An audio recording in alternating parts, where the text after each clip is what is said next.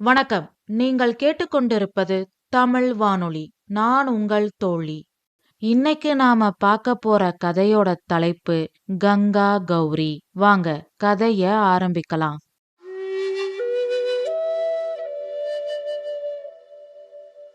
அத்தியாயம் 1. இரவு சமையலை முடித்துவிட்டு சமையலறையிலிருந்து அப்பொழுதுதான் வெளியில் வந்தாள் கங்கா. சற்று உட்கார்ந்து ஓய்வெடுக்கலாம் என்று எண்ணி சோஃபாவில் உட்காரப் போனாள். அப்பொழுது காலிங் பெல் ஒலித்தது. இப்பதான் உட்காரப் போனேன் என்று தனக்குள்ளே சலித்துக்கொண்டு எழுந்து சென்று கதவை திறந்தாள். வாசலில் ஒருவர் நின்றிருந்தார். மேடம், இங்க கங்கான்னு. நான் தான். நீங்க? நான் முருகேசன், ஸ்ரீ அமுதா புரோவிஷன் சப்ளையர்ஸ்ல இருந்து வந்திருக்கேன். ஓ, உள்ள வாங்க என்று கங்கா அழைத்ததும் முருகேசன் உள்ளே வந்தார். உட்காருங்க சார். பரவாயில்ல மேடம், உங்ககிட்ட எங்க ஓனர் முக்கியமான ஒரு விஷயத்த சொல்லிட்டு வர சொன்னாரு. என்ன விஷயம்? எங்க கம்பெனில இருந்து தான் நீங்க எப்பவும் எண்ணெய் மசாலா பொருட்கள் எல்லாம் எடுத்துக்கிட்டு இருக்கீங்க. ஆமா, எங்களுக்கு தரம்தான் முக்கியம். உங்க கம்பெனி பொருட்கள் நல்ல தரமா இருக்கு. அதான் நாங்க தொடர்ந்து உங்ககிட்டயே வாங்குறோம் என்று கங்கா சொன்னதும் முருகேசன் இதழோரத்தில் கேலியாக புன்னகைத்தார். ஏன் ஒரு மாதிரி சிரிக்கிறீங்க? இல்ல மேடம், பொருள தரம் பாக்குற நீங்க தரத்தோட நடந்துக்கலையே. மிஸ்டர் முருகேசன், என்ன சொல்றீங்க? நீங்க கோவப்படுறதுல எந்த அர்த்தமும் இல்ல. எங்க கம்பெனில இருந்து நீங்க வாங்கின பொருட்களுக்கு 3 மாசமா பணம் தரல என்று முருகேசன் சொன்னதும் கங்காவிற்கு பேரதிர்ச்சியாக இருந்தது. என்ன சார் சொல்றீங்க? நாங்க சரியா மாசம் மாசம் பணம் கொடுத்துருவோமே. ஆரம்பத்துல கொடுத்துட்டு தான் இருந்தீங்க. ஆனா இப்போ கடந்த 3 மாசமா பணம் வரல. 2.25 லட்சம் பாக்கி இருக்கு என்று முருகேசன் சொன்னதும் கங்காவிற்கு உலகமே சுற்றுவது போல் இருந்தது. தட்டு தடுமாறி பேச ஆரம்பித்தாள். சத்தியமா நீங்க சொல்ற எதுவுமே எனக்கு புரியல. நாங்க காசு கொடுக்காம ஏமாத்துற ஆள் கிடையாது. அப்போ நாங்க போய் சொல்றோமா? உங்ககிட்ட காசை வாங்கிக்கிட்டு வாங்கலைன்னு போய் சொல்றோமா? உங்கள மாதிரி எங்களுக்கு லட்சம் கஸ்டமர்ஸ் இருக்காங்க. நாங்க ஏமாத்துக்காரங்களா இருந்தா இத்தனை கஸ்டமர்ஸ் எங்களுக்கு எப்படி கிடைச்சிருப்பாங்க? ஐயோ சார், நான் அப்படி சொல்லல.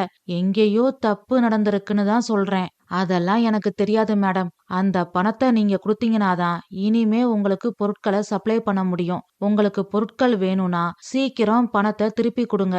இல்லைன்னா பொருள் வராது. கோர்ட்ல இருந்து நோட்டீஸ் தான் வரும்னு எங்க முதலாளி சொல்லிட்டு வர சொன்னாரு. பகல்ல வந்தா நீங்க வெளியில போனாலும் போயிடுவீங்கன்னு தான் இப்போ ராத்திரியில வந்தேன் என்று சொல்லிவிட்டு கங்காவின் பதிலுக்கு கூட காத்திருக்காமல் அங்கிருந்து சென்றார் முருகேசன். சில கணங்கள் அவளுக்கு மூச்சே நின்று போனது போல் ஒரு உணர்வு. தலை வின் வின் என்று தெறிக்கத் தொடங்கியது.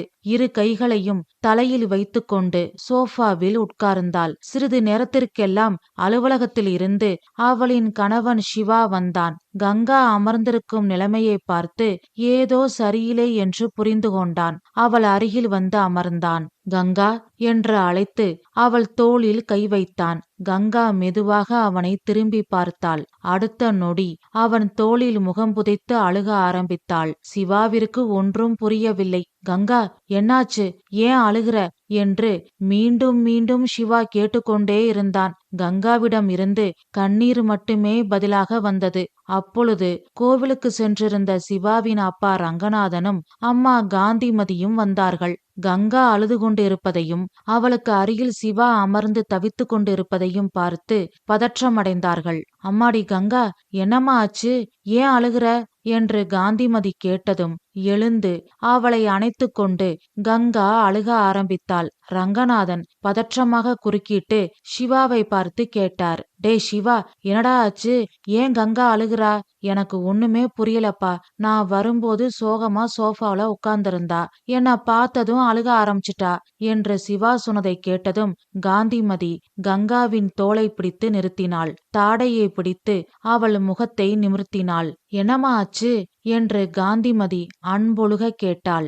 அத்தை, நான் ஏமாந்து போயிட்டேன், மோசம் போயிட்டேன் என்று சொல்லி மீண்டும் அழுக ஆரம்பித்தாள். ஒருவருக்கும் ஒன்றும் புரியவில்லை. அப்பொழுது வெளியில் சென்றிருந்த கௌரியும் அவளின் கணவன் பிரகாஷும் வந்தார்கள். அக்கா, என்னாச்சு? ஏன் எல்லாரும் இப்படி இருக்கீங்க? அக்கா, ஏன் அழுகிறீங்க என்று கௌரி கேட்டதும் கங்கா அவளை நிமிர்ந்து பார்த்தாள். எனக்கா ஆச்சு? ஏன் அழுகுறீங்க? ஊர்ல உங்க அப்பா அம்மா யாருக்காவது என்று கௌரி கேட்டு முடிப்பதற்குள் கௌரி என்று ஆக்ரோஷமாக கத்தினாள் கங்கா. எல்லோரும் திடுக்கிட்டு போனார்கள். கங்காவிற்கு இவ்வளவு கோபம் வரும், அவளால் இவ்வளவு சத்தமாக பேச முடியும் என்று இன்றுதான் ரங்கநாதன் குடும்பத்தினர் அறிந்து கொண்டார்கள். அதிர்ச்சியில் உறைந்து நின்றார்கள். எச்சிலை விழுங்கிக் கொண்டு அண்ணி கங்காவை பார்த்து பிரகாஷ் கேட்டான். அண்ணி, என்னாச்சு? அத உங்க பொண்டாட்டிகிட்ட கேளுங்க தம்பி என்று கங்கா சொன்னதும் கௌரியும் பிரகாஷும் ஒருவரை ஒருவர் பார்த்து கொண்டார்கள். அங்கிருந்த அனைவருக்கும் கங்கா என்ன சொல்ல வருகிறாள் என்று புரியவில்லை. கௌரி கேட்டாள். அக்கா, என்ன சொல்றீங்க? எனக்கு ஒண்ணுமே புரியல. எப்படி புரியும்? தூங்குறவங்கள எழுப்பலாம், தூங்குற மாதிரி நடிக்கிறவங்கள எப்படி எழுப்ப முடியும்? சப்பா, சத்தியமா எனக்கு ஒண்ணுமே புரியல. கொஞ்சம் நேரடியா சொல்றீங்களா? கண்டிப்பா சொல்றேன். ஸ்ரீ அமுதா புரோவிஷன் சப்ளைஸ்ல இருந்து முருகேசன் ஒருத்தர் வந்திருந்தாரு என்று கங்கா சொன்னதும் கௌரியின் முகத்தில் அதிர்ச்சி தெரிந்தது. இருந்தாலும் அதனை வெளிக்காட்டிக் கொள்ளாமல், ஓ, என்னவா என்று சர்வ சாதாரணமாக கேட்டாள் கௌரி. என்னவா? அவங்களுக்கு நாம 3 மாசமா பணமே குடுக்கலையாம். 2.25 லட்சம் பாக்கி இருக்கான். எப்போ குடுப்பீங்கன்னு கேட்டுட்டு போறாரு. இதுக்கா இவ்வளவு டென்ஷன் ஆகுறீங்க? விடுங்க, நான் பாத்துக்கிறேன் என்று மிகவும் அலட்சியமாக கௌரி பதில் சொன்னதும் கங்காவின் கோபம் எல்லையை கடந்தது. நீ பார்த்த லட்சணம்தான் நல்லா தெரியுதே. என்கிட்ட பொய் கணக்கு காட்டி என்னை ஏமாத்திருக்க. என்னை ஏமாத்தி எவ்வளவு பணம் ஆட்டைய போட்டிருக்க என்று கங்கா கேட்டதும் கௌரி கணவன் பிரகாஷை பார்த்து அழுக ஆரம்பித்தாள். அண்ணி, வார்த்தைய பார்த்து பேசுங்க. கௌரி அப்படிப்பட்ட ஆள் இல்ல. நானும் இது நாள் வரைக்கும் அப்படித்தான் நம்பிக்கிட்டு இருந்தேன் தம்பி. ஆனா இவ்வளவு பெரிய துரோகத்தை எனக்கு இவ செய்வான்னு நான் கனவுல கூட நினைச்சு பார்க்கல என்று கங்கா பிரகாஷை பார்த்து சொல்லிவிட்டு கௌரியின் அருகே சென்றாள். அவளின் கையை பிடித்து கொண்டு கேட்டாள். கௌரி, தயவு செஞ்சு உண்மைய சொல்லிரு. நாம ஓரகத்திகள் மாதிரியா பழகணும்? இன்னும் சொல்ல போனா அக்கா தங்கச்சி மாதிரி கூட இல்ல, நல்ல தோழிகள் மாதிரி பழகணும். என்னை ஏமாத்த உனக்கு எப்படி மனசு வந்துச்சு? நான் என்ன தப்பு பண்ணேன் என்று கண்ணீர் வடிய கங்கா கேட்டாள். அவளின் கையை தட்டி விட்டு விட்டு கௌரி கேட்டாள்.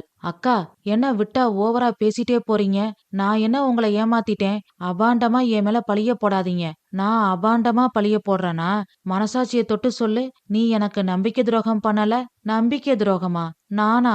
எல்லாம் என் நேரம். எதுவுமே பண்ணாம கெட்ட பேரு வாங்குறதுக்கு நம்பிக்கை துரோகத்தை செய்ய வேண்டியதான் என்று கங்காவை பார்த்து சொல்லிவிட்டு சிவாவை பார்த்து கௌரி சொன்னாள். சிவா மாமா, கங்கா அக்காவுக்கு இந்த கல்யாணம், இந்த வீடு, இந்த வாழ்க்கை எதுவுமே பிடிக்கல.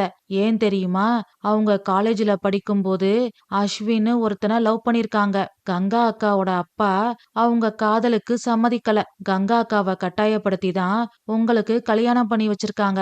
வேற வழி இல்லாம தான் உங்களோட வாழ்ந்துட்டு இருக்காங்க என்று கௌரி சொன்னதும் கங்கா அதிர்ச்சியில் உறைந்து போனாள். தங்கச்சி, தோழி என்று நினைத்து தனது கடந்த காலத்தை இவளிடம் சொன்னது எவ்வளவு பெரிய தவறு என்று நினைத்து நெஞ்சு குமுறினாள். அதிர்ச்சியுடனும் பயத்துடனும் கணவன் சிவாவை பார்த்தாள் கங்கா. கௌரி சொல்வது உண்மையா என்று அவன் விழிகள் அவளிடம் கேட்டன. அவள் மௌனமாக தலைகுனிந்து அழ ஆரம்பித்தாள். ரங்கநாதன், காந்திமதி இருவரும் தொப்பென்று சோஃபாவில் உட்கார்ந்தார்கள். கங்கா நிமிர்ந்து கண்ணீரை துடைத்துக்கொண்டு கௌரியை பார்த்தாள். அவள் கண்களில் கனல் வீசியது. அடி பாவி, நம்பிக்கை துரோகி! என் பணத்தை எடுத்துக்கிட்டது மட்டும் இல்லாம என் வாழ்க்கையே கெடுத்துட்டியே. உனக்கு நான் என்ன பாவம் பண்ணேன்? ஏன் என் வாழ்க்கைய அழிச்ச என்று கேட்டுக்கொண்டே அவளை நெருங்கி வந்தாள் கங்கா.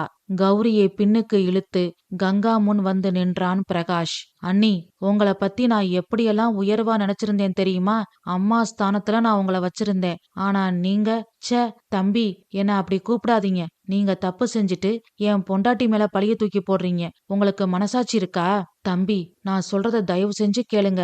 போதும், நீங்க சொன்னதும் போதும், நான் கேட்டதும் போதும். எப்போ என் பொண்டாட்டி மேல பழிய போட்டீங்களோ, இனி நாம எல்லாரும் ஒன்னா இருக்கிறது சரியா இருக்காது. உங்களை பார்க்கும் போதெல்லாம் என் மனசு உறுத்திக்கிட்டே இருக்கும். நாளைக்கே நாங்க தனி குடித்தனம் போறோம் என்று பிரகாஷ் சொன்னதும், பிரகாஷ் என்று பதட்டமாக குறுக்கிட்டாள் காந்திமதி. அம்மா, அப்பா, தயவு செஞ்சு என்ன தப்பா நினைக்காதீங்க. குடும்ப ஒத்துமை முக்கியம்தான். அதை விட தன்மானம் ரொம்ப முக்கியம். அண்ணனையும் இவங்களையும் வீட்டை விட்டு போக சொல்ல எங்களுக்கு எந்த உரிமையும் இல்ல.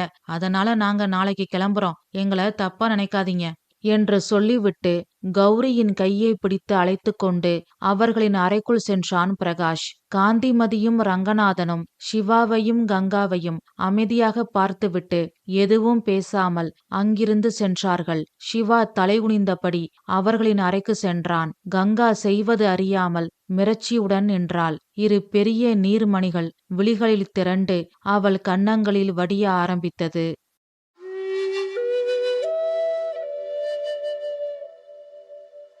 அத்தியாயம் 2. கங்கா எளிமையான மிடில் கிளாஸ் குடும்பத்தில் பிறந்தவள். அப்பாவின் பெயர் சண்முகம், ஓய்வு பெற்ற பள்ளி ஆசிரியர். அம்மா ரேவதி, இல்லத்தரசி. கங்காவிற்கு ஒரு தங்கை, அவளின் பெயர் யமுனா. சிறு வயதில் இருந்தே சமையல் செய்வது என்றால் கங்காவிற்கு மிகவும் பிடிக்கும். ரேவதி சமையல் செய்யும் பொழுதெல்லாம் அவள் கூடவே இருப்பாள். சமையலில் ரேவதி செய்யும் சிறு சிறு நுணுக்கங்களையும் கங்கா கவனமாக பார்ப்பாள். கல்யாணம் ஆகிவிட்டால் சமையல் அறைதான் பெண்களின் உலகம். அதனால் அதுவரையிலாவது வேறு ஏதாவது செய், வெளியில் சென்று மற்ற பிள்ளைகளோடு விளையாடு அல்லது டிவி பார் என்று ரேவதி எவ்வளவுதான் சொன்னாலும் கங்கா கேட்க மாட்டாள். சமையல் அறையில் அம்மா ரேவதியுடன் தான் இருப்பாள். யமுனா கங்காவிற்கு நேர் எதிர். சாப்பிடுவதைத் தவிர சமையல் அறைக்கு அனாவசியமாக செல்ல மாட்டாள். அவளின் உலகமே கம்ப்யூட்டர் தான். அதில்தான் பெரும்பாலான நேரத்தை செலவழிப்பாள். இவ்வாறு நாட்கள் சென்றன. கங்கா வளர்ந்தாள். பள்ளி படிப்பை முடித்தாள். கல்லூரியில் சேர்ந்து பிஎஸ்சி ஹோம் சயின்ஸ் படிக்க ஆரம்பித்தாள். 2ஆம் வருடம் அவள் வகுப்பிற்கு புதிதாக ஒரு மாணவன் வந்து சேர்ந்தான். அவன் பெயர் அஸ்வின். அவன் மற்ற மாணவர்களைப் போல் அல்ல, எளிமையாக இருந்தான். ஆர்ப்பாட்டம் இல்லாமல் அமைதியாக இருந்தான். அழகன் என்று சொல்லிவிட முடியாது, ஆனால் வசீகரன் என்று சொன்னால் அது மிகையாகாது. பார்ப்போரை தன்வசம் இருக்கும் ஒரு காந்தத்தன்மை அவனிடம் உண்டு. படிப்பில் புத்திசாலியாக இருந்தான். அவனது குரலில் மென்மை இருந்தது. அவனது பார்வையில் கண்ணியம் இருந்தது. அவனது புன்னகையில் வசீகரம் இருந்தது. எல்லோருக்கும் உதவி செய்வான். காரணமின்றி பெண்களுடன் உரையாட மாட்டான். அவனை நேசிக்காத பெண்களே இல்லை என்று சொல்லலாம். ஆனால் அவன் யாரையும் நேசிக்கவில்லை. காரணமே இல்லாமல் அவனிடம் பல பெண்கள் ஏதேதோ பேசிக் கொண்டிருப்பார்கள். அவர்கள் மனம் நோகாமல் அவர்களை விட்டு விலகிச் செல்வான். இது அனைத்தையும் கங்கா கவனித்து வந்தாள். அவள் மனதில் அவன் மேல் ஏற்படும் உணர்வு மதிப்பும் மரியாதையும் தான் என்று நினைத்தாலே தவிர அதனை காதல் என்று அவள் உணரவில்லை. ஒரு நாள் எதேச்சையாக இருவரும் பேச வேண்டிய சூழல் உருவானது. அன்று மதியம் அவள் வகுப்பு மாணவர்கள் அனைவரும் ஆங்காங்கே குழுகுழுவாக அமர்ந்து அவர்களின் செகண்ட் இயர் ப்ராஜெக்ட் பற்றி டிஸ்கஸ் செய்து கொண்டு இருந்தார்கள். கங்கா அவளின் டைரியில் nutritious low cost meal planning என்ற தலைப்பை எழுதினாள். அதன் பிறகு எழுதுவதை நிறுத்திவிட்டு சிந்திக்க ஆரம்பித்தாள். ப்ராஜெக்ட் டாபிக் முடிவு பண்ணிட்டோம், ஆனா இதை எப்படி பண்றது என்று கவலையோடு சிந்தித்து கொண்டு இருந்தாள். அப்பொழுது அவள் அருகில் ஒரு மென்மையான வசீகரமான குரல் கேட்டது. Wow, nice idea. குரல் வந்த திசையை நோக்கி பார்த்தாள். அங்கு கையில் நோட்டு புத்தகங்களை ஏந்தியபடி அஸ்வின் நின்று கொண்டிருந்தான். அவளையும் அறியாமல் எழுந்து நின்றாள். கங்காவின் மையிட்ட கண்கள் அகல விரிந்தன. அவனிடம் பேச பல முறை அவள் நினைத்திருக்கிறாள். ஆனால் ஏதோ ஒன்று அவளை அவனிடம் பேச விடாமல் தடுத்தது. இன்று அவனே அவளிடம் வந்து பேசியதும் அவள் செய்வது அறியாமல் நின்றாள். காண்பது கனவா நனவா என்று கூட அவளுக்கு தெரியவில்லை. பிறகு நிதானத்திற்கு வந்து அவனை பார்த்து தேங்க்ஸ் என்றாள் சிறு புன்னகையுடன். You are most welcome. If you don't mind, நானும் இந்த ப்ராஜெக்ட்ல உங்களோட சேர்ந்துக்கலாமா என்று அஸ்வின் கேட்டதும் கங்காவிற்கு இன்ப மயக்கமே வந்துவிடும் போல் இருந்தது. ஷூர் என்றாள் வேகமாக. Thanks, you are most welcome to. ஆனா என்று கங்கா இழுத்ததும் அஸ்வின் முகத்தில் தெரிந்த புன்னகை மறைந்தது. ஆனா என்ன? இல்ல, ப்ராஜெக்ட் ஐடியா கிடைச்சிருச்சு, ஆனா எப்படி பண்றதுன்னு எனக்கு தெரியல என்று கவலை தோய்ந்த முகத்துடன் கங்கா சொன்னதும் அஸ்வின் சிரிக்க ஆரம்பித்தான். அவ்வளவுதானே, எனக்கு தெரிஞ்சத நான் சொல்லித்தரேன், உங்களுக்கு தெரிஞ்சத நீங்க சொல்லுங்க, 2 பேரும் சேர்ந்து ப்ராஜெக்ட முடிச்சிடலாம். ரொம்ப தேங்க்ஸ் அஸ்வின். நான் தான் உங்களுக்கு தேங்க்ஸ் சொல்லணும். ப்ராஜெக்டுக்கு ஐடியா கிடைக்காம தவிச்சுக்கிட்டு இருந்தேன். நல்ல வேலை, நீங்க தான் என்ன காப்பாத்துனீங்க. ரொம்ப தேங்க்ஸ். It's okay. நாம சேர்ந்து ப்ராஜெக்ட் பண்ணணும்னா எனக்கு ஒரு கண்டிஷன் இருக்கு. என்ன கண்டிஷன்? என்ன வாங்க போங்கன்னு கூப்பிடக்கூடாது. வயசான மாதிரி ஃபீல் ஆகுது. அப்போ அதே கண்டிஷன் தான் உனக்கும். கண்டிஷன் அக்செப்டட் என்று கங்கா சொன்னதும் அஸ்வின் புன்னகைத்தான். அவன் கண்ணக்குழியில் தன்னையும் அறியாமல் கங்கா விழ ஆரம்பித்தாள். காலம் ஓடியது. இருவரும் ப்ராஜெக்ட் செய்ய ஆரம்பித்தார்கள். இருவரும் அடிக்கடி சந்தித்து பேசினார்கள். முதலில் ப்ராஜெக்ட் விஷயமாக சந்திக்க ஆரம்பித்தார்கள். பிறகு காரணமே இல்லாமல் சந்திக்க ஆரம்பித்தார்கள். நேரம் போவதே தெரியாமல் பேசினார்கள், பழகினார்கள், காதலிக்க ஆரம்பித்தார்கள். கல்லூரி இறுதியாண்டு. அவர்களின் காதல் இரு வீட்டாருக்கும் தெரிய வந்தது. அஸ்வினின் அப்பா அவன் சிறு வயதாக இருந்த பொழுதே அவனையும் அவன் அம்மாவையும் தனியாக தவிக்க விட்டுவிட்டு இறந்து விட்டார். அஸ்வினின் அம்மா மீனாட்சி பல வீடுகளில் சமையல் வேலை செய்து அஸ்வினை வளர்த்தாள். அம்மா வேலைக்கு சென்று விடுவதால் அஸ்வின் தான் வீட்டில் சமையல் வேலை செய்வான். அன்றிலிருந்து சமையல் வேலை அவனுக்கு பிடித்து போய்விட்டது. அதனால்தான் பிஎஸ்சி ஹோம் சயின்ஸ் படிப்பை தேர்ந்தெடுத்தான். மகனின் விருப்பத்திற்கு இதுவரை மீனாட்சி மறுப்பு சொன்னதே இல்லை. அதனால் இப்பொழுதும் அவர்களின் காதலுக்கு பச்சை கொடி காட்டிவிட்டாள். ஆனால் கங்காவின் அப்பா அம்மா சம்மதிக்கவில்லை. அவர்கள் ஊர் உலகத்திற்காகவே வாழ்ந்து கொண்டு இருப்பவர்கள். 4 பேர் என்ன சொல்வார்கள், உறவினர்கள் என்ன பேசுவார்கள் என்று பயந்து பயந்தே தங்களது வாழ்க்கையை வாழ்ந்து கொண்டிருப்பவர்கள். அப்பேற்பட்டவர்கள் கங்காவின் காதலுக்கு எவ்வாறு சம்மதம் சொல்வார்கள்? அவர்கள் அஸ்வின் கங்கா காதலை ஏற்றுக்கொள்ளாமல் இருப்பதற்கு பல காரணங்கள் உண்டு. முதல் காரணம், அஸ்வின் குடும்பம் ஏழை. அங்கு சென்று கங்கா கஷ்டப்படுவதை அவர்கள் விரும்பவில்லை.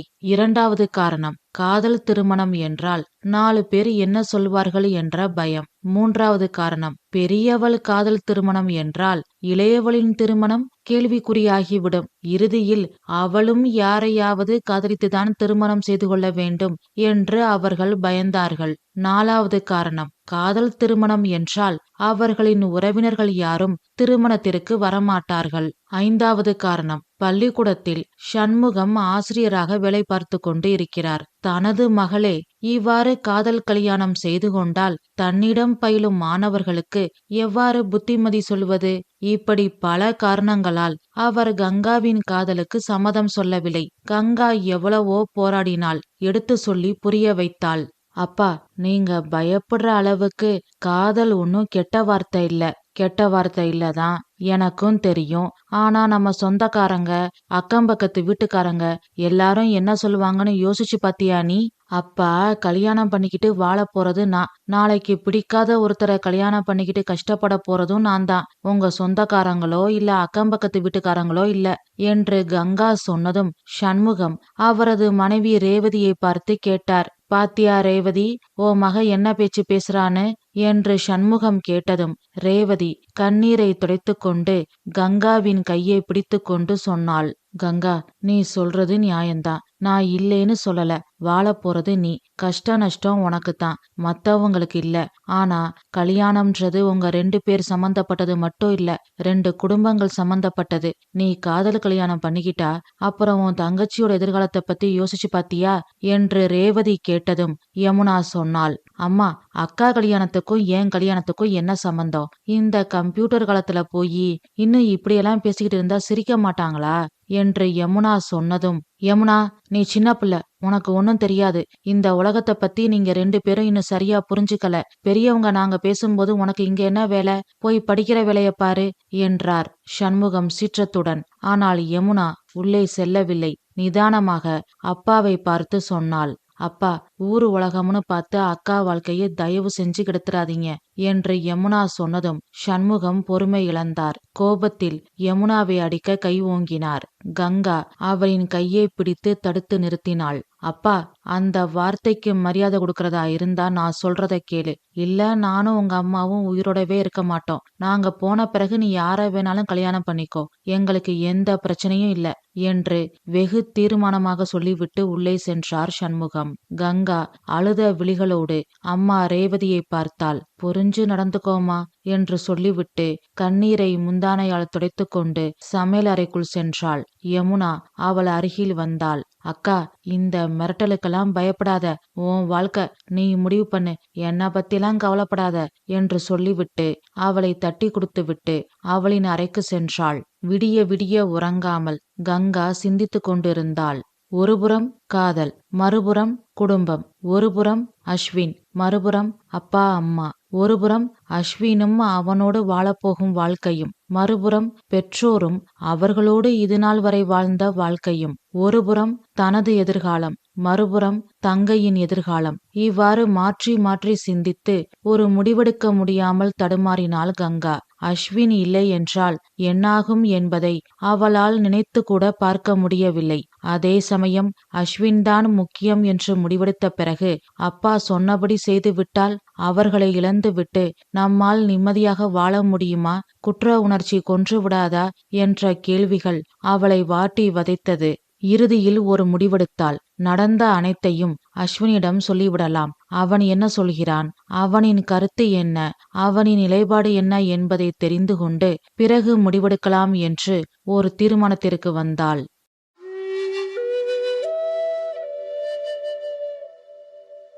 அத்தியாயம் 3. இரவு உறங்க வெகுநேரம் ஆனதால் காலையில் தாமதமாக எழுந்தாள். எழுந்ததும் போனை எடுத்து வாட்ஸ்அப்பை ஓபன் செய்தாள்.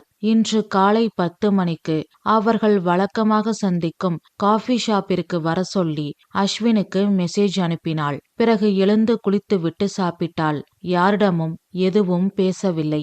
அமைதியாக சாப்பிட்டுவிட்டு அவளின் அறைக்கு வந்தாள். ஹேண்ட்பேக்கை தோளில் மாட்டிக்கொண்டு வெளியில் வந்தாள்.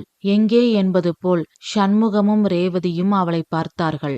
பயப்படாதீங்க, அஸ்வினோட ஓடி போயிட மாட்டேன். அவன்கிட்ட நீங்க சொன்ன எல்லாத்தையும் சொல்ல போறேன். அப்புறம் எங்க வாழ்க்கையை பத்தி நாங்க 2 பேரும் பேசி ஒரு முடிவெடுக்க போறோம் என்று சொல்லிவிட்டு அவர்களின் பதிலுக்கு காத்திருக்காமல் அங்கிருந்து கிளம்பி சென்றாள். அடுத்த அரை மணி நேரத்தில் கல்லூரிக்கு அருகில் இருக்கும் காஃபி ஷாப்பில் அஸ்வினை சந்தித்தாள் கங்கா.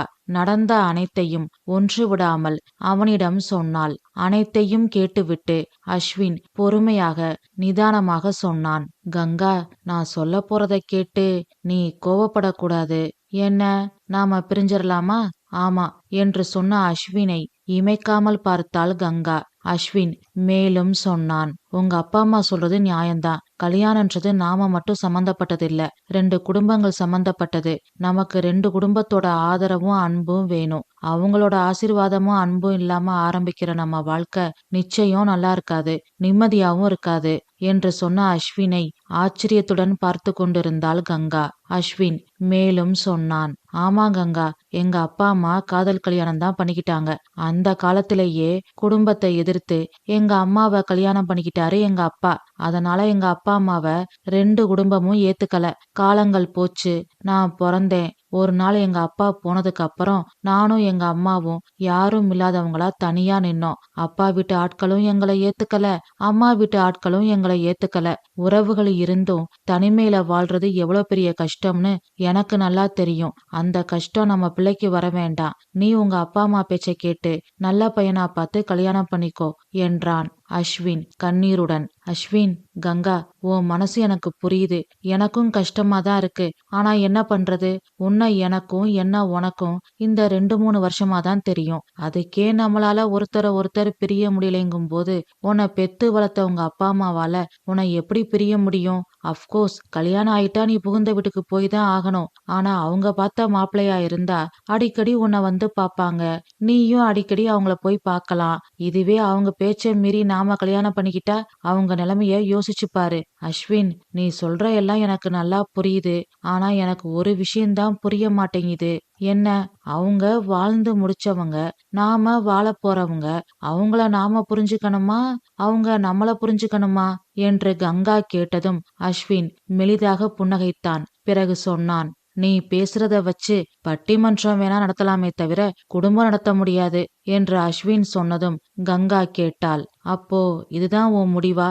ஆமா கங்கா, உங்க அப்பா அம்மா ஆசீர்வாதத்தோட நம்ம கல்யாணம் நடக்கிறதுனா எனக்கு சம்மதம். இல்லைனா வேண்டாம். அவங்க மனசு நோக நாம நம்ம வாழ்க்கைய ஆரம்பிக்க கூடாது என்று அஸ்வின் சொன்னதும் கங்கா அமைதியாக தலை குனிந்து உட்கார்ந்திருந்தாள். என்ன கங்கா, ஒன்னும் பேச மாட்ற என்று அஸ்வின் கேட்டதும் கங்கா நிமிர்ந்து பார்த்தாள். கண்களில் நீர்த்திரையுடன் அவனை பார்த்து புன்னகைத்தாள். பின் சொன்னாள், இவ்வளவு நல்லவனா இருக்க உன்னை அவங்க புரிஞ்சுக்க மாட்றாங்களே என்று அவள் சொன்னதும் அவளின் கை மீது தனது கையை வைத்தான் அஸ்வின். இந்த ஜென்மத்துல நான் கொடுத்து வச்சது அவ்வளவுதான் என்று சொல்லி கங்கா அழுதாள். நானும் அன்லக்கி தான் என்று வார்த்தைகளை சொல்லி முடிக்க முடியாமல் கண்ணீரை சிந்தினான் அஸ்வின். பிறகு கண்ணீரை துடைத்து கொண்டு சொன்னான், உங்க அப்பா அம்மா சொல்ற பையனை கல்யாணம் பண்ணிக்கோ, சந்தோஷமா இரு. நீ? கண்டிப்பா கல்யாணம் பண்ணிப்பேன். சன்னியாசெல்லாம் போக மாட்டேன். எங்க அம்மாவை பாத்துக்க. உறவே இல்லாம இருக்க எங்களுக்கு நிறைய உறவுகள் உருவாக நிச்சயம் கல்யாணம் பண்ணிப்பேன். அப்போ உனக்காக கல்யாணம் பண்ணிக்க மாட்டியா என்று கங்கா கேட்டதும் இதழோரம் விரக்தியாக புன்னகைத்து விட்டு அங்கிருந்து சென்று விட்டான் அஸ்வின். பிறகு கலங்கிய கண்களோடு வீட்டிற்கு வந்து சேர்ந்தாள் கங்கா. ரேவதியை பார்த்து சொன்னாள், அஸ்வின் கிட்ட பேசிட்டேன். உங்க விருப்பப்படி நீங்க பாக்குற பையனையே கல்யாணம் பண்ணிக்கிறேன். ஆனா இப்போ இல்ல, ஃபைனல் எக்ஸாம் முடிஞ்ச பிறகுதான் கல்யாணம் என்று சொன்ன கங்காவை அணைத்து கொண்டு ஆனந்த கண்ணீர் வடித்தாள் ரேவதி. சண்முகம் நிம்மதி பெருமூச்சு விட்டார். ஆனால் கங்காவின் முகத்தில் எந்த ஒரு சலனமும் இல்லை. அமைதியாக அவளின் அறையை நோக்கி நடந்தாள். அப்பொழுது யமுனா கங்கா அருகில் வந்து அவளின் தோளை தொட்டாள். யமுனாவின் கன்னத்தில் கை வைத்து இட்ஸ் ஓகே என்பது போல் மெலிதாக புன்னகித்துவிட்டு உள்ளே சென்றாள் கங்கா. நாட்கள் ஓடின. கங்கா கல்லூரிக்கு சென்றாலும் அஸ்வினோடு பேசவில்லை. இருவரும் எதிரெதிரில் சந்திக்கும் வாய்ப்பு கிடைத்தாலும் பார்த்தும் பார்க்காதது போல் சென்றார்கள். இறுதித் தேர்வை எழுதினார்கள். சண்முகம் பணி ஓய்வு பெற்றார். கங்கா கடைசி பரீட்சை எழுதிய அன்று மேட்ரிமோனி வெப்சைட் மூலம் ஒரு வரன் வந்தது. மாப்பிள்ளையின் பெயர் சிவா. ஒரு தனியார் கம்பெனியில் நல்ல வேலையில் இருக்கிறான். அப்பா பெயர் ரங்கநாதன். அரசு அலுவலகத்தில் அக்கவுண்டன்டாக வேலை பார்த்து ஓய்வு பெற்றவர். அம்மா பெயர் காந்திமதி, இல்லத்தரசி. சிவாவிற்கு ஒரு தம்பி, பெயர் பிரகாஷ். கல்லூரி இறுதி ஆண்டு படித்து கொண்டிருக்கிறான். நல்ல இடமாக தோன்றியதும் மேட்ரிமோனி வெப்சைட்டில் சிவா என்ற பெயருக்கு கீழே குறிப்பிட்டிருந்த எண்ணிற்கு போன் செய்தார் சண்முகம். ரங்கநாதன் பேசினார். இருவரும் மனம் விட்டு பேசினார்கள். இருவருக்கும் பிடித்து போனது. பிறகு வாட்ஸ்அப்பில் கங்காவின் புகைப்படத்தை ரங்கநாதனுக்கு அனுப்பி வைத்தார் சண்முகம். ரங்கநாதன் வீட்டில் உள்ள அனைவருக்கும் கங்காவை பிடித்திருந்தது. அடுத்து வந்த நல்ல நாளில் பெண் பார்க்கும் படலம் நடந்தது. சிவாவிற்கு கங்காவை பிடித்திருந்தது. கங்காவிற்கு பிடித்தது பிடிக்காதது என்ற உணர்வெல்லாம் போய் வெகு நாட்கள் ஆகிவிட்டது. அதனால் சம்மதம் என்று மட்டும் சொன்னாள். ஆனால் அவள் உள்ளத்தில் ஒரு குற்ற உணர்ச்சி. தனது முன்னாள் காதலை பற்றி வருங்கால கணவரிடம் சொல்லவில்லையே என்று. அதனால் அதனை பற்றி அப்பா அம்மாவிடம் சொன்னாள். உனக்கு கொஞ்சமாவது அறிவு இருக்கா? இதெல்லாம் யாராவது மாப்பிள்ளைகிட்ட போய் சொல்லுவாங்களா என்று கேட்டாள் ரேவதி கோபத்துடன். அம்மா, இது தப்பு இல்லையா? ஒரு தப்பும் இல்ல. இந்த காலத்துல யாருதான் காதலிக்கல? இதெல்லாம் ஒளிவு மறைவு இல்லாம எல்லார்கிட்டையும் சொல்லிக்கிட்டு இருந்தா நம்ம வாழ்க்கை கேள்விக்குறியாயிடும். அம்மா, இருந்தாலும் என்று கங்கா முழுவதும் சொல்லி முடிப்பதற்குள் சண்முகம் சொன்னார். அம்மாடி கங்கா, ஓ மனசு எங்களுக்கு புரியுது. ஆனா இது நடைமுறைக்கு ஒத்து வராது. கணவன் மனைவியா இருந்தாலும் எதை சொல்லணுமோ அதைத்தான் சொல்லணும். எல்லாருக்குள்ளயும் ஒரு தனிப்பட்ட ரகசியம் இருக்கும். அத வெளிப்படையா சொன்னா வாழ்க்கை நரகமாயிடும். சரிப்பா, நாளைக்கு யாரு மூலமாவது தெரிஞ்சிட்டா? அதுக்கெல்லாம் வாய்ப்பே இல்ல. அப்படி ஒரு நிலைமை வந்தா என்கிட்ட சொல்லு. நாங்க எதுக்கு இருக்கோம்? நாங்க எப்படி பேசணுமோ அப்படி பேசி மாப்பிள்ளைக்கும் சம்மந்தி வீட்டு ஆட்களுக்கும் புரிய வைக்கிறோம் என்று சண்முகம் சொல்ல சொல்ல கங்கா பதில் சொல்லாமல் அமைதியாக இருந்தாள். அப்பொழுது அவளது தோளை தொட்டு யமுனா கேட்டாள், அக்கா, ஒருவேளை மாப்பிள்ளைக்கு ஒரு முன்னாள் காதலி இருந்தா அத உன்கிட்ட சொல்வாருன்னு நினைக்கிறியா என்று யமுனா கேட்டதும் கங்கா அவளை அதிர்ச்சியுடன் பார்த்தாள். ஆமாக்கா, இந்த காலத்துல இதெல்லாம் சகஜம். எல்லாருக்குமே ஆட்டோகிராஃப் இருக்கும். சில பேருக்கு ஒன்ன மாதிரி ஒண்ணு இருக்கும், சில பேருக்கு பல ஆட்டோகிராஃப்ஸ் இருக்கும். இதெல்லாம் வாழ்க்கை துணைக்கிட்ட சொல்லிக்கிட்டு இருந்தா வாழ்க்கை அதோ கதிதான் என்று யமுனா சொன்னதும் கங்கா மெலிதாக புன்னகைத்தாள். ஒரு வழியாக அவளது மனம் சமாதானமானது. அவளின் கடந்த காலத்தையும் காதலையும் கொஞ்சம் கொஞ்சமாக அவளின் ஆழ் மனதிற்குள் போட்டு புதைக்க ஆரம்பித்தாள். திருமண நாள். முற்றிலுமாக அஸ்வினை மறந்து சிவாவை வாழ்க்கை துணையாக மனதார ஏற்றுக்கொண்டு மணமேடையில் அமர்ந்தாள். சிவா அவள் கழுத்தில் மங்கள நாணை சூட்டினான்.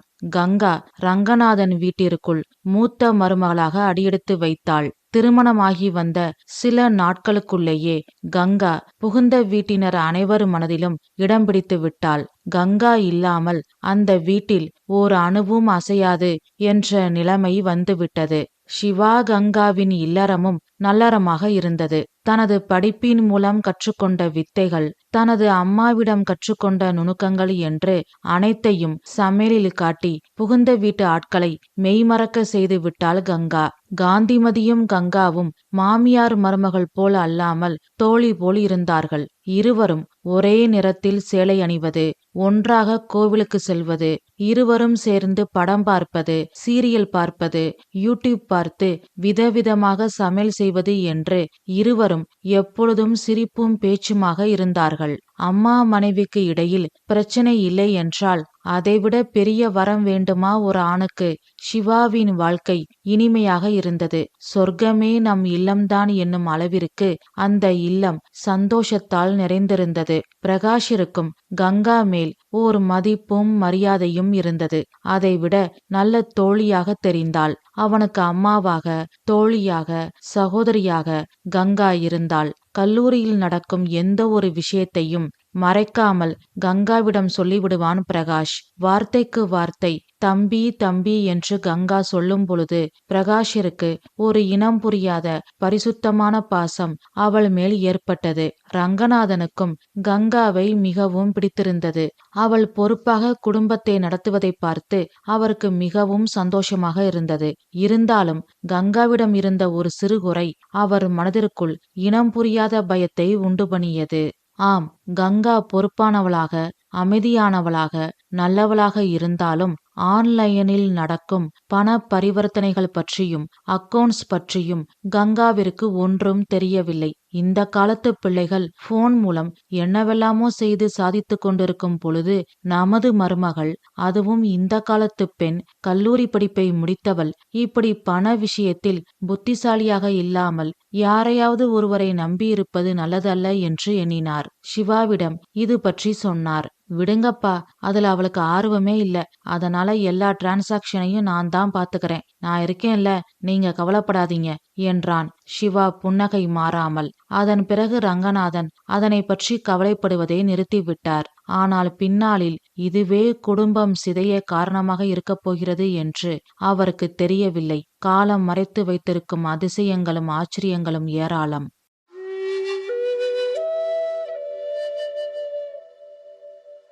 அத்தியாயம் 4. ஆண்டுகள் பல சென்றன. பிரகாஷிற்கு பெண் பார்த்தார்கள். ஒரு வரன் வந்தது. பெண்ணின் பெயர் கௌரி. கௌரியின் அப்பா பெயர் துரைசாமி, பிசினஸ்மேன். அம்மா பெயர் மல்லிகா, இல்லத்தரசி. கௌரிக்கு ஒரு அக்கா, அவள் பெயர் சுந்தரி. அவளுக்கு திருமணமாகிவிட்டது. கணவரோடு வெளிநாட்டில் இருக்கிறாள். இரு வீட்டாருக்கும் பிடித்து போனது. அதைவிட முக்கியமானது, பிரகாஷிற்கும் கௌரிக்கும் ஒருவரை ஒருவர் பிடித்து போனது. ஒரு நல்ல சுபயோக சுபநாளில் பிரகாஷ் கௌரி திருமணம் நடந்து முடிந்தது. ரங்கநாதன் வீட்டின் இளைய மருமகளாக கௌரி வந்து சேர்ந்தாள். கௌரியின் சுபாவம் கொஞ்சம் வித்தியாசமானதாக இருந்தது. அப்பா வீட்டு பெருமையை அடிக்கடி புகுந்த வீட்டில் பேசிக்கொண்டே இருந்தாள். ஷாப்பிங், தியேட்டர், பீச் என்று பிரகாஷோடு தினமும் ஊர் சுற்ற விரும்பினாள். பிரகாஷ் அலுவலகம் சென்றதும் தோழிகள் வீட்டிற்கு செல்வதாக சொல்லிவிட்டு வெளியில் கிளம்பி விடுவாள். பிரகாஷ் வரும் நேரத்திற்குத்தான் வீட்டிற்கு வருவாள். வீட்டில் இருக்கும் நேரங்களில் கூட சமையல் அறை பக்கம் வரமாட்டாள். எப்பொழுதும் தோழிகளுடனோ அல்லது வெளிநாட்டில் இருக்கும் அக்காவுடனோ போனில் பேசிக்கொண்டே இருப்பாள். சின்ன பொண்ணு, கல்யாணான புதுசு, போக போக சரியாயிடும் என்று காந்திமதியும் கங்காவும் பெருந்தன்மையுடன் நடந்து கொண்டார்கள். நாட்கள் சென்றன. கங்கா கௌரியுடன் பேசி பழக ஆரம்பித்தாள். நாளாக நாளாக அவர்களுக்குள் நல்ல நட்பு உருவானது. ஓரகத்தி என்ற உறவை மீறி ஓர் இனம் புரியாத அன்பு கௌரி மேல் கங்காவிற்கு ஏற்பட்டது. பிறந்த வீட்டில் அவளுக்கு உற்ற துணை, தோழி எல்லாம் யமுனாதான். திருமணத்திற்கு பிறகு யமுனாவுடன் நேரம் செலவிட அவளால் முடியவில்லை. இவ்வளவு ஏன், அவளை சந்திப்பதும் அவளுடன் பேசுவதுமே பெரிய விஷயமாக கங்காவிற்கு இருந்தது. இந்நிலையில் கௌரி இளைய மருமகளாக அந்த வீட்டிற்கு வந்ததும் அவளின் சிறுபிள்ளைத்தனமும் குறும்பும் கங்காவிற்கு யமுனாவை நினைவுபடுத்தியது. அதனால் கௌரியிடம் நெருங்கி பழகினாள் கங்கா. இருவரும் ஓரகத்திகள் என்ற உறவை தாண்டி சகோதரிகள் என்ற உறவிற்கும் மேலாக தோழிகள் போல் பழகினார்கள். மூத்த மருமகளும் இளைய மருமகளும் ஒற்றுமையாக இருந்து மாமனார் மாமியாருடன் அனுசரித்து சென்ற பிறகு அந்த குடும்பத்தில் சந்தோஷத்திற்கு பஞ்சம் இருக்குமா என்ன? சந்தோஷ கடலில் தத்தளித்து கொண்டிருந்தது ரங்கநாதனின் இல்லம். ஒரு நாள் கௌரியின் அக்கா சுந்தரி வெளிநாட்டிலிருந்து வந்திருந்தாள். அவளை பார்க்க கௌரி சென்றிருந்தாள். அக்கா, எப்படி இருக்க? இருக்கேன். என்னக்கா ஒரு மாதிரி டல்லா இருக்க? டிராவல் டயர்டா? அதெல்லாம் ஒன்னும் இல்ல. பின்ன அதான் ஒன்னும் இல்லைன்னு சொல்றேன்ல. அப்போ கண்டிப்பா ஏதோ ஒன்னு இருக்கு. என்னன்னு சொல்லுக்கா என்று கௌரி கேட்டதும் சுந்தரி சொல்ல ஆரம்பித்தாள். கௌரியைப் போலவே சுந்தரியும் இளைய மருமகள்தான். அவளின் புகுந்த வீட்டில் அவளின் ஓரகத்தி வைத்ததுதான் சட்டம். அவள் சொல்லுக்கு மறுசொல் இல்லை. தனது அந்தஸ்தை உயர்த்தி கொள்ள வேண்டும், எப்படியாவது இந்த அடிமை வாழ்க்கையிலிருந்து வெளியில் வர வேண்டும் என்று சுந்தரி போராடாத நாளே இல்லை. ஆனால் ஜான் ஏறினால் முளம் சறுக்கியது அவளுக்கு. அதனால் இன்னும் ஓரகத்திக்கு அடிமையாகவே இருக்கிறாள்.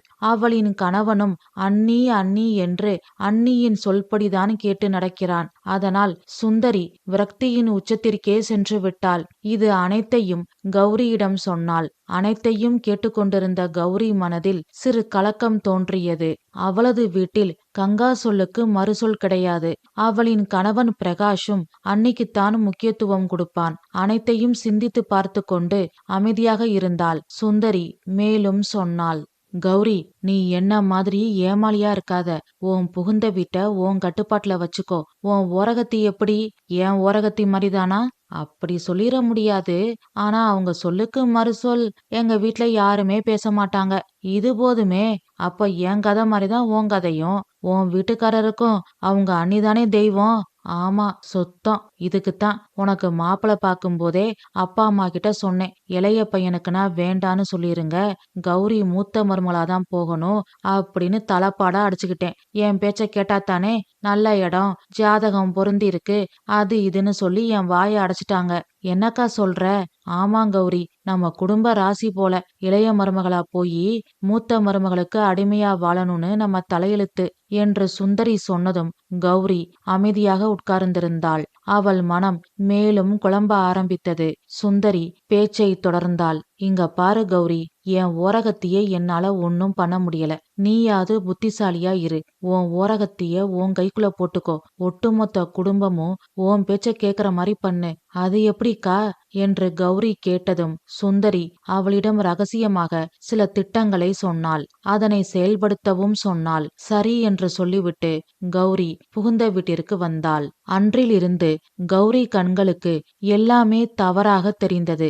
எதேச்சியாக ஏதாவது நடந்தால் கூட அவளுக்கு தவறாக தோன்றியது. கங்காவின் ஆதிக்கம் அந்த வீட்டில் அதிகமாக இருப்பதாக தோன்றியது. கணவன் பிரகாஷிடம் ஜாடை மாடையாக இது பற்றி பேசி பார்த்தாள். ஆனால் அண்ணியை பற்றி தவறாக சொன்னாலே அவனுக்கு கோபம் வந்தது.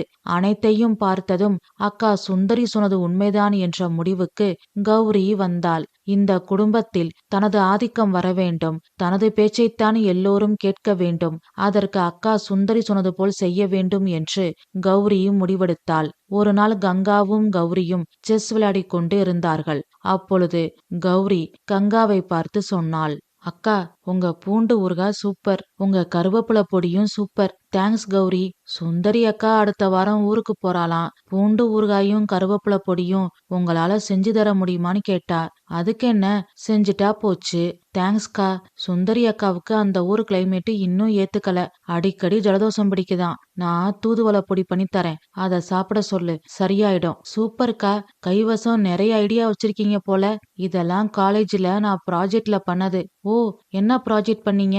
செகண்ட் இயர்ல nutritious low cost meal planning அப்படின்னு ஒரு ப்ராஜெக்ட் பண்ணேன். அப்படின்னா கம்மியான செலவுல சத்தான சாப்பாடை சாப்பிடுறது. இது மிடில் கிளாஸ் ஃபேமிலிக்கு ஒர்க் அவுட் ஆகும். சூப்பர்க்கா. எனக்கு ஒரு யோசனை தோணுது, சொல்லட்டுமா? சொல்லு கௌரி. நாம ஏன் இத வச்சு பிசினஸ் ஸ்டார்ட் பண்ண கூடாது? பிசினஸா? ஆமாக்கா, உங்ககிட்ட திறமை இருக்கு, அதை ஏன் வேஸ்ட் பண்ணணும்? எல்லாம் சரிதான், ஆனா அதுக்கு நிறைய பணம் வேணுமே. அத பத்தி ஏன் கவலைப்படுறீங்க? இன்னைக்கு ராத்திரி நாம இத பத்தி வீட்ல பேசுவோம், அவங்க என்ன சொல்றாங்கன்னு கேட்போம், அப்புறம் நாம ஒரு முடிவெடுப்போம் என்று கௌரி சொன்னதும் கங்கா சரி என்றாள். அன்று இரவு எல்லோரும் ஒன்றாக உட்கார்ந்து சாப்பிட்டு கொண்டிருக்கும் பொழுது கௌரி அவர்களின் புது பிசினஸ் ஐடியாவை பற்றி சொன்னாள். எல்லோரும் சந்தோஷப்பட்டார்கள். எல்லோரும் சம்மதம் சொன்னார்கள். ஆனால் கங்காவிடம் மட்டும் சிறு தயக்கம் இருந்தது. எல்லோரும் என்னவென்று கேட்ட பிறகு கங்கா வெளிப்படையாக சொன்னாள். நான் சமையல் பண்றது, மத்த வேலைகள் எல்லாத்தையும் செஞ்சிருவேன். ஆனா இந்த அக்கவுண்ட்ஸ், டிரான்சாக்ஷன்ஸ் எல்லாம் எனக்கு தெரியாது. அதான் என்று கங்கா இழுத்ததும் ரங்கநாதன் சொன்னார். சிவா, இதுக்குத்தான் நான் அன்னைக்கே சொன்னேன், கங்காவுக்கு அக்கவுண்ட்ஸ் எல்லாம் சொல்லி கொடுன்னு. விடுங்கப்பா, நான் பாத்துக்கிறேன் என்று சிவா சொன்னதும் கௌரி சொன்னாள். சிவா மாமா, நீங்க ஏன் கவலைப்படுறீங்க? நான் எதுக்கு இருக்கேன்? நான் அக்கவுண்ட்ஸ் தான் படிச்சிருக்கேன், நான் பாத்துக்கிறேன், நீங்க கவலையே படாதீங்க என்று கௌரி சொன்னதும் அவளின் உண்மையான நோக்கத்தை புரிந்து கொள்ளாமல் எல்லோரும் நிம்மதி பெருமூச்சு விட்டார்கள். பிறகு முதலீட்டை 3 பாகமாக பிரித்து ரங்கநாதன், சிவா, பிரகாஷ் மூவரும் கொடுத்தார்கள். கங்கா கௌரி ஃபுட் ப்ராடக்ட் என்று அவர்களின் நிறுவனத்திற்கு பெயர் வைத்தார்கள். இட்லி பொடி, கருவேப்பிலை பொடி, தூதுவளை பொடி, முருங்கைக்கீரை பொடி என்ற அனைத்து ஆரோக்கியமான உணவுகளும், இஞ்சி ஊறுகாய், பூண்டு ஊறுகாய் போன்ற ஊறுகாய் வகைகளும் தயார் செய்தார்கள். தொடக்கத்தில் மந்தமாக இருந்தாலும் போக போக அவர்களின் தொழிலில் நல்ல முன்னேற்றம் ஏற்பட்டது. நிறைய வாடிக்கையாளர்கள் வந்தார்கள். நல்ல லாபம் வந்தது. கங்கா கௌரி பெயரில் ஜாயிண்ட் அக்கவுண்ட் ஓபன் செய்தார்கள்.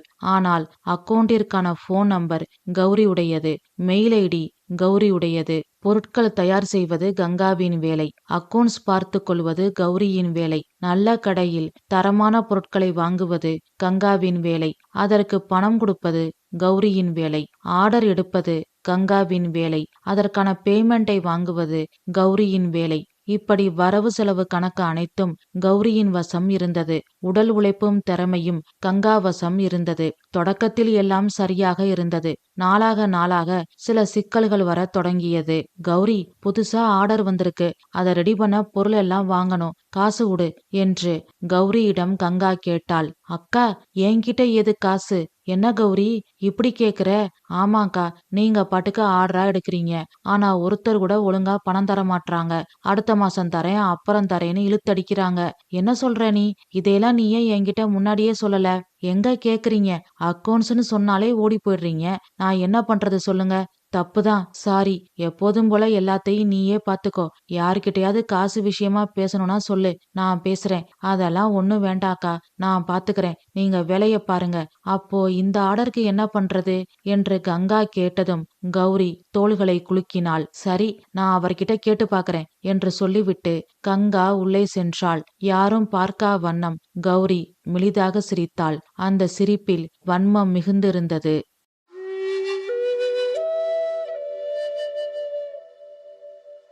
அத்தியாயம் 5. கௌரியின் கபட நாடகத்தை புரிந்து கொள்ளாமல் வெளுத்தது அனைத்தும் பால் என்று நம்பி வெள்ளந்தியாக இருந்தாள் கங்கா. அதனால் புதிய ஆர்டரை செய்து முடிக்க சிவாவிடம் விஷயத்தை விளக்கி சொல்லி கங்கா பணம் கேட்டாள். பணம் கொடுக்கறத பத்தி ஒன்னும் இல்ல, ஆனா கஸ்டமர்ஸ் கிட்ட இருந்து சீக்கிரம் பணத்தை வாங்குங்க, அதெல்லாம் கௌரி பாத்துப்பா என்று கங்கா சொன்னதும் மென்மையான புன்னகையோடு பணத்தை எடுத்து கொடுத்தான் சிவா. அதனை வைத்து புதிய ஆர்டரை செய்து முடித்தாள். இந்த ஆர்டருக்கும் பணம் வரவில்லை என்று கௌரி சொன்னாள். அப்போ நான் அந்த கஸ்டமர் கிட்ட பேசட்டுமா என்று கங்கா கேட்டதற்கு, அதெல்லாம் ஒண்ணும் வேண்டாக்கா, நான் பாத்துக்கிறேன் என்று சொல்லி கங்காவை சமாதானப்படுத்தினாள் கௌரி. கௌரியை முழுமையாக நம்பினாள் கங்கா. இவ்வாறு அவள் என்ன சொன்னாலும் செய்தாலும் அவளை நம்பினாள் கங்கா. ஒரு நாள் இருவரும் பேசிக்கொண்டு இருக்கையில்தான் அவரவர் கல்லூரி நாட்களை பற்றி மனம் திறந்து பேசிக்கொண்டிருந்தார்கள். அப்பொழுதுதான் கங்கா அவளின் முன்னாள் காதலை பற்றியும் அஸ்வின் பற்றியும் கௌரியிடம் சொன்னாள். அனைத்தையும் கவனமாக கேட்டுக்கொண்டாள் கௌரி. இத யார்கிட்டயும் சொல்லாத கௌரி. என்னக்கா, இத போய் யாராவது வெளியில சொல்லுவாங்களா? அதுலயும் நான் உங்க தங்கச்சி, நான் சொல்வேனா என்று கேட்டுவிட்டு ஆடு வசமா சிக்கிருச்சு என்று நினைத்து சிரித்து கொண்டாள். ஆனால் முகத்தில் எதையும் காட்டிக்கொள்ளவில்லை. கங்காவிற்கு ஆறுதல் சொல்வது போலவும் அவள் மேல் உயிரே வைத்திருப்பது போலவும் கௌரி நடித்தாள். நாட்கள் சென்றன. ஆர்டர் டெலிவரி செய்து 3 மாதங்களுக்கு மேல் ஆகியும் சில கஸ்டமர்ஸ் நமக்கு இன்னும் பணம் தரவில்லை. அவர்கள் எப்படியும் தந்து விடுவார்கள். ஆனால் இப்பொழுது பொருள் வாங்கிய இடத்தில் பணம் கொடுக்க வேண்டும் என்று கௌரி கங்காவிடம் சொல்ல, வேறு வழி இல்லாமல் மீண்டும் சிவாவிடம் வாங்கி பணத்தை கௌரியிடம் கொடுத்தாள். மறுநாள் பொருள் வாங்கிய இடத்தில் பணத்தை கொடுத்து விட்டதாக கௌரி சொன்னாள். அப்பாடி, இப்பதான் நிம்மதியா இருக்கு. இனி இந்த பிசினஸ் வேண்டாம் கௌரி, கடனுக்கு பிசினஸ் பண்ண முடியாது, இதோட ஸ்டாப் பண்ணிரலாம் என்று கங்கா சொன்னதும் கௌரி பதற்றம் அடைந்தாள். அக்கா, ஏன் அவசரப்படுறீங்க? பிசினஸ்னா கொஞ்சம் முன்ன பின்னதான் இருக்கும். இப்ப என்ன, உங்களுக்கு பணம் தானே பிரச்சனை? எங்க அப்பா கிட்ட கேட்டு வாங்கி தரேன். சேச்சே, அதெல்லாம் ஒண்ணும் வேண்டாம். எனக்கு என்னவோ இது சரியா வரும்னு தோணல, அதான் சொன்னேன். அதெல்லாம் சரியா வரும், நீங்க மனச தளர விடாதீங்க என்று சொல்லிவிட்டு உள்ளே சென்றாள் கௌரி. இருந்தாலும் கங்கா மனதில் ஏதோ ஒரு இனம் புரியாத உறுத்தல். நானும் சரி கௌரியும் சரி பிசினஸ் உலகத்திற்கு புதியவர்கள், எங்களுக்கு போதிய அனுபவம் இல்லை. கஸ்டமர்ஸ் இதனை தெரிந்து கொண்டு எங்களை ஏமாற்றுகிறார்களோ, அல்லது பிசினஸ் என்று இருந்தால் போட்டியாளர்கள் இருப்பார்கள், எங்களின் வளர்ச்சியை தடுப்பதற்காக அவர்களில் யாராவது ஏதாவது செய்கிறார்களோ என்று கஸ்டமர்ஸ் மீதும் போட்டியாளர்கள் மீதும் சந்தேகப்பட்டாலே தவிர கௌரி மீது அவளுக்கு சந்தேகமே வரவில்லை. அதன் பிறகு அவள் ஆர்டர் எடுப்பதை குறைத்து கொண்டே வந்தாள். அன்றும் அப்படித்தான். ஒரு ஆர்டர் வந்தது. எடுக்கலாமா வேண்டாமா என்ற குழப்பத்தோடு வீட்டு வேலைகளை பார்த்து கொண்டிருந்தாள். கௌரி பிரகாஷுடன் வெளியில் சென்றிருந்தாள். ரங்கநாதனும் காந்திமதியும் கோவிலுக்கு சென்றிருந்தார்கள். சிவா வழக்கம் போல் ஆபீஸ் சென்றிருந்தான். அப்பொழுதுதான் எல்லா வேலையும் முடித்துவிட்டு சோஃபாவில் உட்கார போகும் பொழுது ஸ்ரீ அமுதா புரோவிஷன் சப்ளையர்ஸிலிருந்து முருகேசன் வந்தார். அனைத்து பிரச்சனைகளும் அரங்கேறியது. முருகேசன் சொன்ன பிறகுதான் கௌரிதான் தன்னை ஏமாற்றியிருக்கிறாள், தனக்கு நம்பிக்கை துரோகம் செய்திருக்கிறாள் என்று கங்கா புரிந்து கொண்டாள். அவளின் சுயரூபத்தை எல்லோருக்கும் தெரியப்படுத்தி நியாயம் கேட்கலாம் என்று இருந்த கங்காவிற்கு அவளின் கடந்த கால காதல் கதையை எல்லோர் முன்பும் போட்டு உடைத்து அவளை எல்லோர் முன்பும் குற்றவாளி போல் கௌரி நிற்க வைத்தது பேரு அதிர்ச்சியை கொடுத்தது. கௌரி இப்படி ஒரு நம்பிக்கை துரோகத்தை செய்வாள் என்று கங்கா கனவிலும் நினைத்ததில்லை. எவ்வளவு உயிருக்கு உயிராக பழகினாலும் நமது ரகசியங்கள் ரகசியமாகவே நம்முள்ளேயே இருக்க வேண்டும். யாரிடமும் பகிரக்கூடாது. நரம்பில்லாத நாக்கு எப்படி வேண்டுமானாலும் பேசும். சுயநலம் மிகுந்து போய் இருக்கிற இந்த காலத்தில் உடன்பிறப்பாக இருந்தாலுமே தனிப்பட்ட ரகசியங்கள் ரகசியங்களாகவே இருக்க வேண்டும். முதலில் அக்கவுண்ட்ஸ், ஆன்லைன் டிரான்சாக்ஷன்ஸ் தெரிந்து கொள்ள வேண்டும் என்று முதல் முறையாக கங்காவிற்கு தோன்றியது. பள்ளிக்கூடம் கற்றுத்தராத பாடங்களை அனுபவங்கள் கற்று தந்துவிடும். அனுபவ பாடத்தை படித்து முடித்த கங்கா மெதுவாக எழுந்து அறைக்குள் சென்றாள். அங்கு சிவா கீழே உட்கார்ந்து கட்டிலில் சாய்ந்து கண்களை மூடியபடி இருந்தான். அவன் அருகே சென்று அவன் காலில் விழுந்து கங்கா அழுக ஆரம்பித்தாள். சிவா மெதுவாக கண்களை திறந்து பார்த்தான். அமைதியாக கங்காவின் தோளை தொட்டான். கங்கா நிமிர்ந்து பார்த்தாள். அவனின் கைகளில் முகம் புதைத்து அழுக ஆரம்பித்தாள். அவள் அழுது முடிக்கும் வரை சிவா பொறுமையாக காத்திருந்தான். அழுது முடித்ததும் கங்கா அவனின் முகத்தை பார்த்தாள். அவளின் கல்லூரி காதலை ஒளிவு மறைவு இன்றி அவனிடம் சொன்னாள். அனைத்தையும் கேட்டுக்கொண்டிருந்த சிவா பொறுமையாக அவளை பார்த்து கேட்டான். எனக்கு நீ காலேஜ்ல காதலிச்சது தப்பாவே தெரியல. அதை என்கிட்ட சொல்லாம மறைச்சதான் வருத்தமா இருக்கு. நான் சொல்றேன்னு தான் சொன்னேன். அப்பா அம்மா தான் சொல்ல விடல என்று திருமணத்திற்கு முன்பு அவள் வீட்டில் இது பற்றி நடந்த விவாதத்தை அவனிடம் வெளிப்படையாக சொன்னாள். உங்க அப்பா அம்மா சொன்னதும் யமுனா சொன்னதும் நியாயம்தான். நான் இல்லேன்னு சொல்லல. அவங்க பார்வையில அது சரி. ஆனா என் கூட வாழ்ந்த உனக்கு என்ன பத்தி தெரியலையா? கல்யாணம் ஆன புதுசுல நீ சொல்ல பயந்த, ஓகே, நானும் உன்னோட பயத்தை புரிஞ்சுக்கிறேன். ஆனா என் கூட ஈருடல் ஓர் உயிரா வாழ்ந்த பிறகும் என்னை பத்தி நீ புரிஞ்சுக்கலைன்னு நினைக்கும் போதுதான் எனக்கு வருத்தமா இருக்கு. என்னை பத்தி நல்லா புரிஞ்சுக்கிட்டு நாம சந்தோஷமா வாழ ஆரம்பிச்ச பிறகாது என்கிட்ட உன்னோட கடந்த கால காதல சொல்லியிருக்கலாம்ல. இல்லைங்க, என்னை மன்னிச்சிடுங்க. சொன்னா நீங்க கோவப்பட்டு என்ன வேண்டான்னு சொல்லிருவீங்களோன்னு பயந்துதான் நான் சொல்லல. இதுதான் நீ என்ன புரிஞ்சுகிட்டதா? நான் அவ்வளவு மோசமானவனா என்ன என்று சிவா கேட்டதும் கங்கா அவன் காலில் விழுந்து அழுக ஆரம்பித்தாள். சிவா அவளை சமாதானப்படுத்தினான். பிறகு சொன்னான், கல்யாணத்துக்கு முன்னாடி உன்னோட வாழ்க்கையை பத்தி எனக்கு எந்த கவலையும் இல்ல. கல்யாணத்துக்கு அப்புறம் நீ எப்படி இருக்கேன்னு தான் எனக்கு முக்கியம். முடிஞ்சு போனதை பத்தி கவலைப்படுற முட்டாள் நான் இல்ல. என்னோட வருத்தம் எல்லாம் நீ இத சொல்லாம வேற யாரோ சொல்லி நான் தெரிஞ்சுக்க வேண்டியிருந்ததேன்னு தான். பரவாயில்ல விடு. இப்போ என்ன பத்தி நீ நல்லா புரிஞ்சுக்கிட்டீல. இனி எதையும் என்கிட்ட மறைக்க மாட்டீல. கண்டிப்பா இனி எதையும் மறைக்க மாட்டேன். என் மேல உங்களுக்கு எந்த கோபமும் இல்லையே. என் மேல நானே எப்படி கோவப்பட முடியும் என்று கேட்ட சிவாவின் தோளில் சாய்ந்து கண்ணீர் வடித்தாள் கங்கா. பிறகு சிவா கேட்டான், சரி, உனக்கும் கௌரிக்கும் என்னதான் பிரச்சனை? அதென்ன 2.25 லட்சம் பணம் என்று சிவா கேட்டதும் கங்கா கண்ணீரை துடைத்து கொண்டு அனைத்தையும் ஒன்று விடாமல் சொல்லி முடித்தாள். சரி, நாளைக்கு நாம இது பத்தி அப்பா கிட்ட பேசலாம் என்று சிவா சொன்னதும் அவன் மடியில் தலை வைத்து கங்கா படுத்தாள். அப்படியே உறங்கிவிட்டாள். மறுநாள் காலையில் பொழுது விடிந்ததும் சிவாவும் கங்காவும் ரங்கநாதன் அறைக்கு சென்றார்கள். ரங்கநாதனிடமும் காந்திமதியிடமும் அனைத்து உண்மைகளையும் சொன்னார்கள். அனைத்தையும் கேட்டுவிட்டு அழுது கொண்டிருந்த கங்காவை சமாதானப்படுத்தினாள் காந்திமதி. பிறகு நால்வரும் வெளியில் வந்தார்கள். அப்பொழுது அங்கு உடைமைகளோடு காத்து கொண்டிருந்தார்கள் பிரகாஷும் கௌரியும். அவர்களை பார்த்து ரங்கநாதன் சொன்னார், தம்பி பிரகாஷ், ஒரு சின்ன உதவி. சொல்லுங்கப்பா, கண்டிப்பா செய்றேன். இதுக்கு எதுக்கு உதவி அது இதுன்னு என்று முழுவதும் சொல்ல முடியாமல் அப்பாவை பார்த்தான் பிரகாஷ். ரொம்ப சந்தோஷம். நீயும் உன் மனைவியும் இந்த வீட்டை விட்டு போறதா முடிவு பண்ணிட்டீங்க. அதை எனக்காக இன்னைக்கு மதியம் வரைக்கும் தள்ளி போட முடியுமா? ஏன்பா, ஒரு சின்ன விஷயம் இருக்கு. அதையும் தெரிஞ்சுக்கிட்டு நீங்க கிளம்புங்க. சரியா? சரிப்பா, ரொம்ப சந்தோஷம் என்று பிரகாஷை பார்த்து சொல்லிவிட்டு கங்காவை பார்த்து ரங்கநாதன் சொன்னார், அம்மாடி கங்கா, பிரகாஷுக்கு பிடிச்ச சமையலா செய்யுமா? சரிங்க மாமா என்று சொல்லிவிட்டு சமையலறை நோக்கி செல்ல போனாள் கங்கா. ஒரு நிமிஷம் என்ற பிரகாஷின் குரல் கேட்டு கங்கா திரும்பி பார்த்தாள். அப்பா, அம்மா சமையல் பண்ணா சாப்பிட்றேன். இல்லைனா நானும் என் மனைவியும் ஹோட்டல்ல ஆர்டர் பண்ணி சாப்பிட்டுக்கிறோம் என்று சொன்ன பிரகாஷை நீர் ததும்பிய விழிகளோடு பார்த்தாள் கங்கா. ரங்கநாதன் பிரகாஷை பார்த்து சொன்னார், உங்க அம்மாவே சமைக்கட்டும் என்று சொல்லிவிட்டு கங்காவை பார்த்து, அம்மாடி கங்கா, நீ எங்க எல்லாருக்கும் சமையல் பண்ணுமா, அவங்களுக்கு உங்க அத்தை பண்ணட்டும் என்று ரங்கநாதன் சொன்னதும் கங்கா சரி என்று தலையாட்டினாள். அவளின் கண்களில் இருந்து கண்ணீர் வடிந்தது.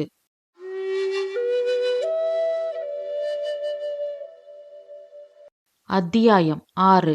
அன்று காலை உணவிற்குப் பிறகு ரங்கநாதன் சிவாவை அழைத்து கொண்டு வெளியில் சென்றார். பிறகு 11 மணி அளவில் இருவரும் வீட்டிற்கு வந்தார்கள். எல்லோரையும் அழைத்தார் ரங்கநாதன். எல்லோரும் வந்த பிறகு ரங்கநாதன் பேச ஆரம்பித்தார். அம்மாடி கங்கா, உன் கைப்பக்குவத்துக்கு நாங்க மட்டும் அடிமை இல்ல, இந்த உலகமே அடிமையா இருக்கு. என்னமாமா சொல்றீங்க? ஆமாமா, உன்னோட ஃபுட் ப்ராடக்ட்டுக்கு நல்ல வரவேற்பு இருக்கு. வெளிநாட்டுல எல்லாம் விரும்பி வாங்குறாங்க. வாங்கி என்னமாமா பயன்? பணம் வரலையே. எல்லா பணமும் வந்துருச்சு. என்னமாமா சொல்றீங்க? எனக்கு ஒண்ணுமே புரியலையே. புரியும்படி சொல்றேன். நீயும் கௌரியும் ஜாயிண்ட் அக்கௌண்ட் வச்சிருக்கீங்க, சரியா? ஆனா ஆன்லைன் டிரான்சாக்ஷன் பண்றதெல்லாம் கௌரி தான். அக்கௌண்ட்டை மெயின்டைன் பண்றதும் கௌரி தான், சரியா?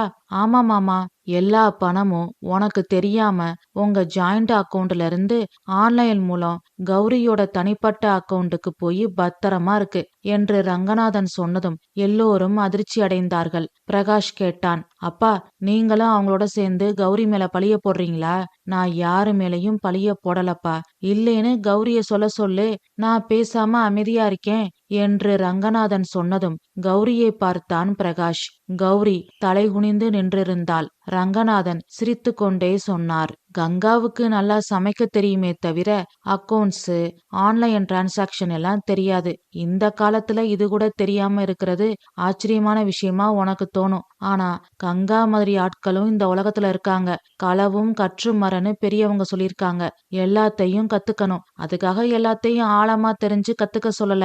ஓரளவுக்கு நம்ம அன்றாட வாழ்க்கைக்கு தேவையான அளவுக்காவது கத்துக்கணும். அப்பதான் இந்த மாதிரி ஏமாறாம இருக்க முடியும் என்று சொல்லிவிட்டு பேச்சை நிறுத்தினார் ரங்கநாதன். பிரகாஷ் கேட்டான், அப்போ கௌரி தான் தப்பு செஞ்சான்னு சொல்றீங்களா?